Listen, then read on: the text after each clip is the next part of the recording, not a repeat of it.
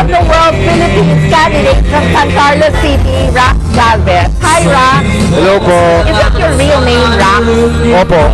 Pero meron siyang isang letter pa. May Z po. So R-A-X Z. Okay.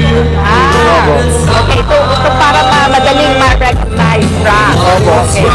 Rax, why did you join King of the World Philippines? So yun nga.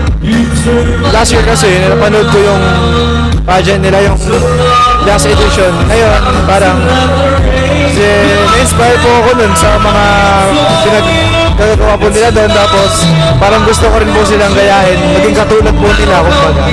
Yun lang po. Meron ba nag-joke kayo na sumali dito? Syempre po meron.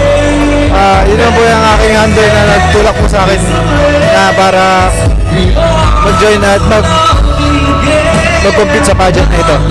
Sa Pangasinan ba, sinalihan ka mga pageant? Or is this your first national pageant? Sa Pangasinan po kasi parang buong region 1, parang ganun lang po sa parang regional. Ano pageant yun? Yung Mr. Northern Philippines po. Yes, I know that. Anong mga hobbies mo?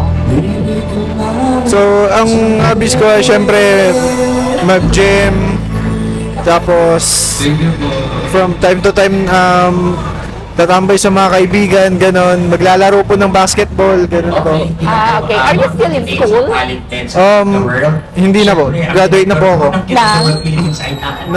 Parang kaka-graduate ko lang po last September. Nang? PSU po, ng Bachelor of Science in Agriculture po. Agriculture. Meron ka bang advocacy, Rax? Syempre meron naman po. As a graduate of agriculture po, I wish to promote agriculture via homegrown, locally sourced na mga resources such as backyard planting, backyard animal raising, mga ganun po. I see. Siyempre hindi lang po siya nagko-contribute sa health kasi nga po alam natin ang farm is a very active work, di ba? Active work. Parang yung body mo is talagang nagiging active. Tas siyempre magiging benefit din po sa atin ang agriculture kasi nga po when we're growing locally sourced na resources, yung sobra po pwede nating ibenta para maging income po. So agriculture is also a way of business. Yes, that's correct. Where can your followers find you in the social medias? So sa Facebook po, ganoon lang din po, RAX Galvez po. Sa IG po, @RaxThoughts. Pati na rin sa TikTok, same. Thank you po. Sumasayo ka ba sa TikTok? Opo, sumasayaw po. Pero dati na po yun, parang wala pong video doon po na sumasayaw po ako sa TikTok ko ngayon. Okay, guys.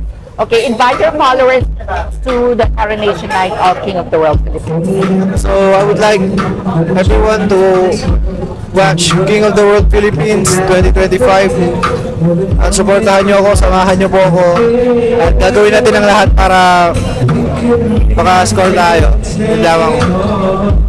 Finally, Rax, why you should be the next King of the World Philippines?